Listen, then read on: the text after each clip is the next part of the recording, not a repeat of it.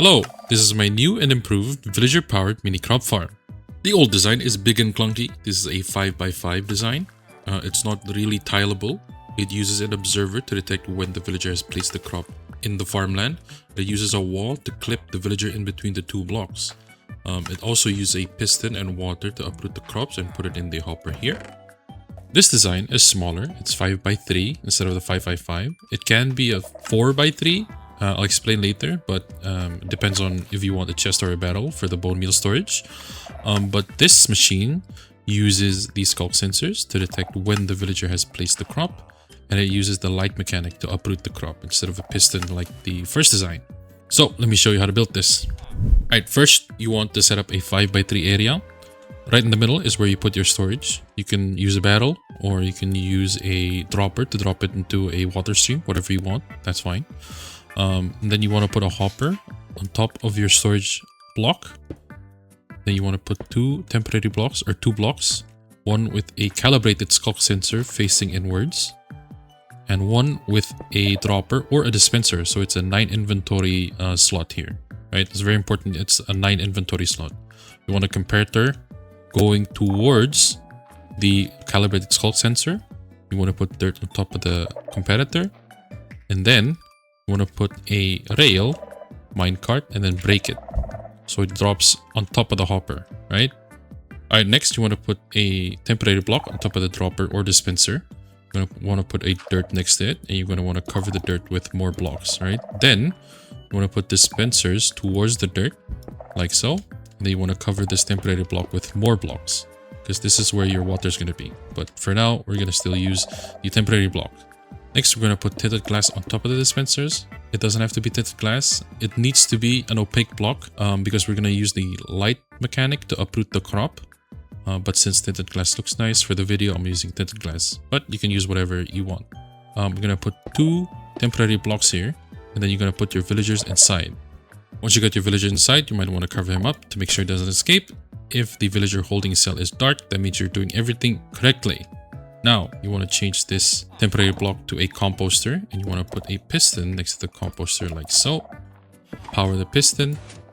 The villager should turn into a farmer, and then you want to cover this block, break everything, and then break this block, change it to water, tile your dirt, and then replace this block with a lamp, right? And then you can either change this block to a tinted glass or just keep the temporary block. It doesn't matter. As long as the villager holding area is still dark, you're doing good. Alright, for the wiring, start with a redstone torch below the skulk sensors block. Then you want to put a block here, and a block here. Then you want to put a torch here, a repeater going out, a dust, and into a block. You're going to want to put a redstone torch here, into a block, and into a redstone torch again. So the lamp should light up by default. And you want to continue this wiring over here. You want to put a block here. You're going to put a dust, block, and then change this tinted glass with a normal block. And then run a dust there. So all your dispensers should be wired. Now you're going to set the dropper here. Fill it with 8 stacks of items. Because we're going to want to set this calibrated skulk sensor to detect only when the villager places a block or the crop. Right? So this is your machine basically done. Now, you're going to want to fill your dispensers with bone meal and feed your villagers whatever you want to farm. Either carrots, potatoes, wheat seeds, whatever you want. And it should start working already. There you go. Now for the extra bone meal storage, you can put a hopper here with chests. Another one here with chests. Now this hopper is complicated, right?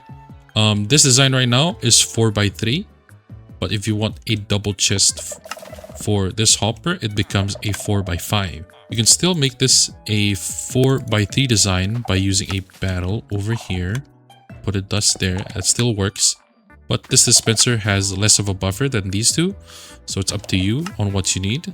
If you want to expand the farm, you gotta block the skulk sensor.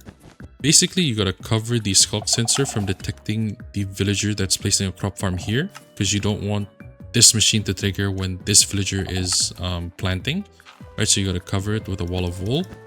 If you want to build another one here, that means you gotta cover it this way as well. If you want to build above, then you got to cover it above, you know, and so on. But I think one is enough. Depends on what you need.